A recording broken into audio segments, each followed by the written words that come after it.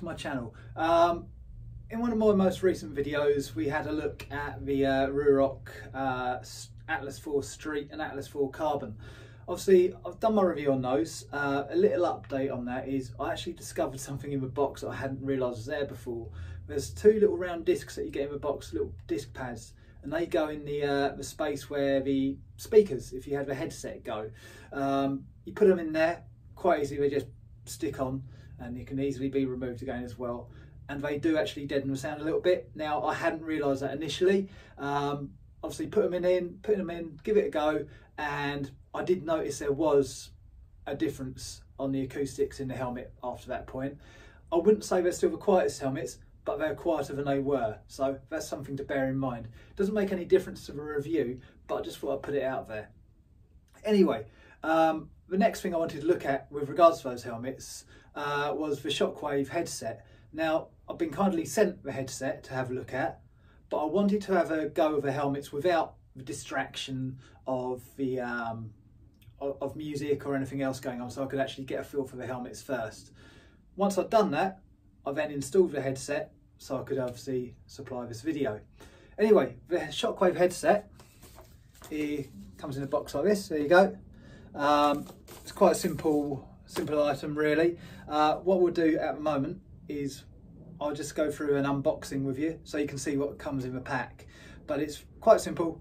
Two speakers that go inside the cheek pads, inside the helmet. You just remove the padding, I'll show you in a minute, and a microphone, and quite a nifty little unit that goes in the nape of the neck. But I'll show you that in a second. Let's have a look in the box first and we'll go from there. Unboxing is simple enough. Just taking it apart takes a little bit of time. Excuse me while I fiddle it. Okay, there you go. You've got your inlay card there. QR code shows the instructions. Got your charger lead. This is your main unit with the buttons. Goes in the back of the helmet. That's the main Bluetooth unit for the helmet. All the controls and everything there. And then you've got the two earpieces. You've got the right hand one, which is just an earpiece, which plugs in inside the helmet, and the left hand one, which includes a microphone for the comms. Okay, so that's inside the box. Obviously what counts is what goes on inside the helmet. Now I've got my helmet here. This is the Street, not the Street, sorry, this is the Atlas 4 Carbon. Out of the two, slightly heavier, but I think at the moment it's my favourite one of the two. I've not tried the new EOX and I've not tried the track yet properly.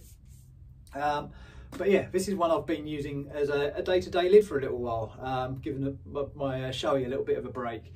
Although I have gone back to using the Shoei more often than not now, this is still actually, I'm quite pleased with the helmet. But if you look inside here, I don't think you can see very clearly, but the speakers are just inside there. What you do is you remove the pad, put the speaker in, and you feed the wire around. It plugs into a bit of a back here, where you plug the units into in the side, and the wires come through, and then you've got your actual unit where I showed you earlier.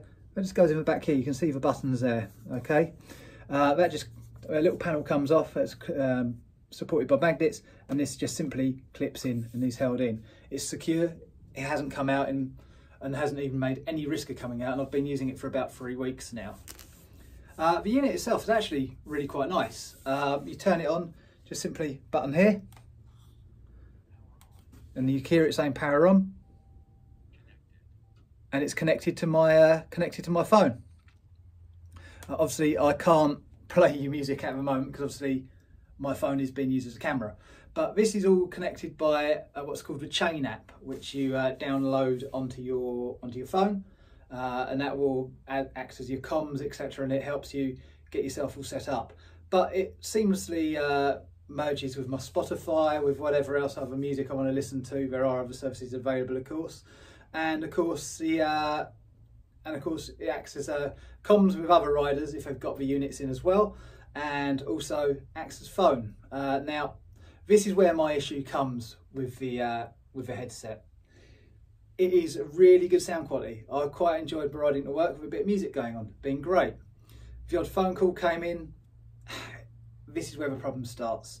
The buttons here are, well, they're quite neat. You got your volume up and down on the sides. You got your little USB port up and down on the sides here.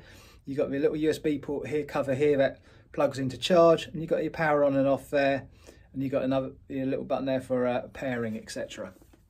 Nice and easy, you'd think, but this is where the problem comes in. Let me just put it on.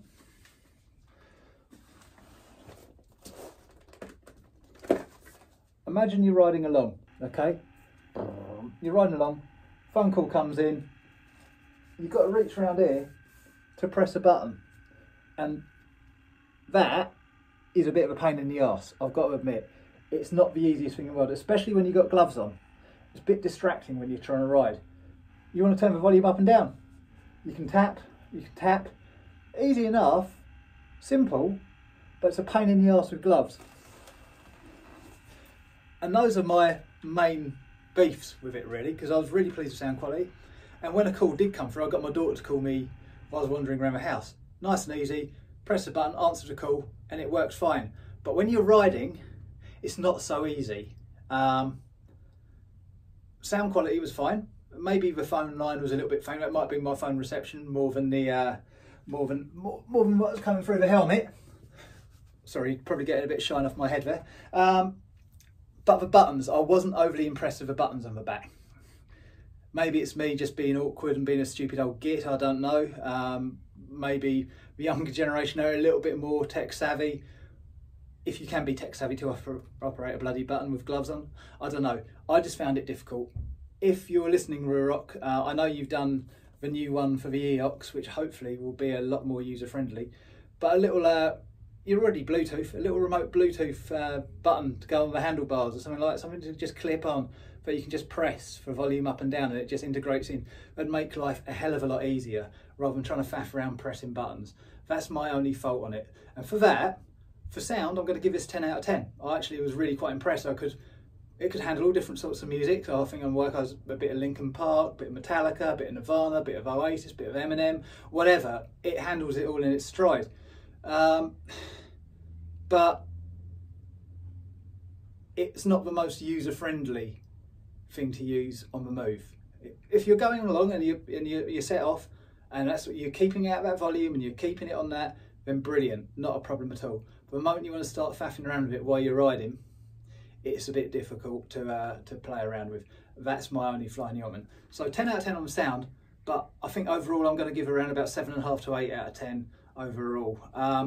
Value wise, retail for the Shockwave unit comes in at £170, which isn't bad value, but when you consider what other options are out there, this is actually considerably more efficient, as it's actually integrated to the helmet and designed to be part of the helmet, so you've got nothing hanging off the side of the helmet, etc. No awkward little units. However, 170 quid, I'd say it's not bad value at all. But those slight little niggling problems, those are the things that just cause me that slight issue. Yes, I will continue using it. Yes, I'll continue enjoying my music. Will I answer phone calls on it? No. Will I make phone calls on it? Probably not. Am I likely to use it as an intercom? Probably not. I will literally just use it as a sound system, and for that, it excels as being pretty good. Even over the wind noise of a helmet being slightly louder than normal, I haven't noticed it being a problem. Maybe you just turn it up a tad more, and it's not intrusively loud. You're still aware of what's going on around you, but still enough sound for you to actually appreciate and feel the music too. Anyway, those are my thoughts on the Shockwave. Let us know what you think in the comments, and if you've got any questions, I will try my best to answer them. Thank you very much. Take it easy.